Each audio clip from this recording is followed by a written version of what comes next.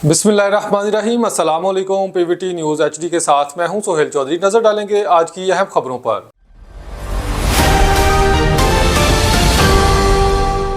Usama garden में एक दावत का इनेकाद किया गया। राना अकरम जक्खड़ एडवोकेट की तरफ से, जो कि सदर बार शुजाबाद से इलेक्शन लड़ रहे हैं, और कसीर तादाद में वकला ने शिरकत की, जिसमें Mirza Jamal Akbar advocate, Mirza Shoaib Begum advocate, Umar Hayat advocate, Kashif Karim Khan advocate, Tahir Qureshi advocate, Nadeem Arif advocate, Shahzad advocate और सरप्रस्त पीर अली मूसा काजमी और राना तुफैल अहमद नून मियाँ एजाज बोदला ने की और उम्मीद जाहिर की कि राना अकरम जक्खड़ बार के सदर होंगे। और राना अकरम जक्खड़ ने कहा कि बार का सदर बनकर वकला के तमाम मसाइल हल करूंगा और वकला के शाना बशाना खड़ा रहूंगा, जिस पर तमाम वकला ने शुक्रिया अदा किया।